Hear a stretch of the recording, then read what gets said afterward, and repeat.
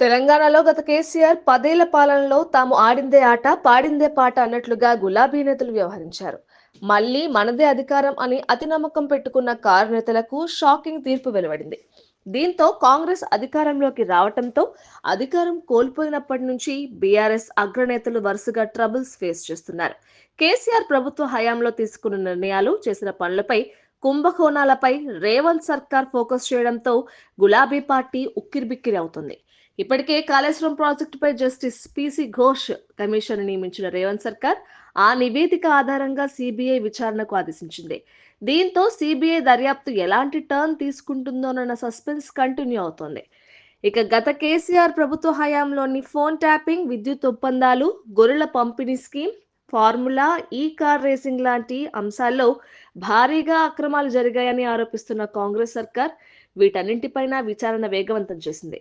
ఇక ఇలా బీఆర్ఎస్ పార్టీలో పలు అంశాలు వివాదాస్పదం అవుతున్నాయి. ఇందులో భాగంగా ఈ కార్ రేస్ వ్యవహారంపై ఇటీవలే కేటీఆర్ ప్రాసిక్యూషన్ కు గవర్నర్ అనుమతిచ్చింది.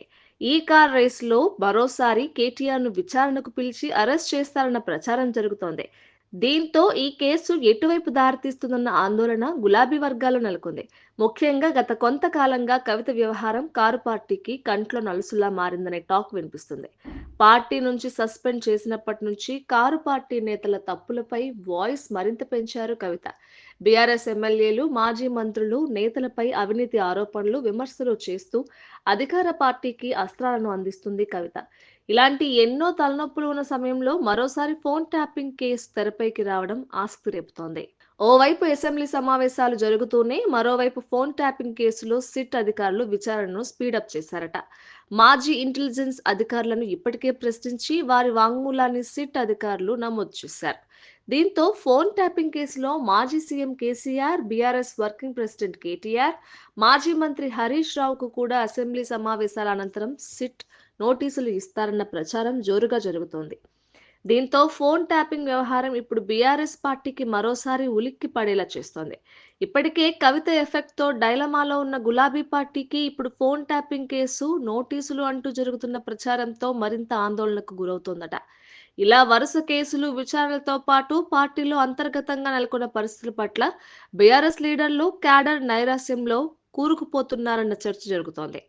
మరోవైపు మున్సిపల్ ఎన్నికలపై కేటీఆర్ మాట్లాడుతూ, మున్సిపల్ ఎన్నికలకు నన్ను లేకుండా చేసేందుకు ప్రభుత్వం కుట్ర చేస్తోందని కీలక వ్యాఖ్యలు చేశారు.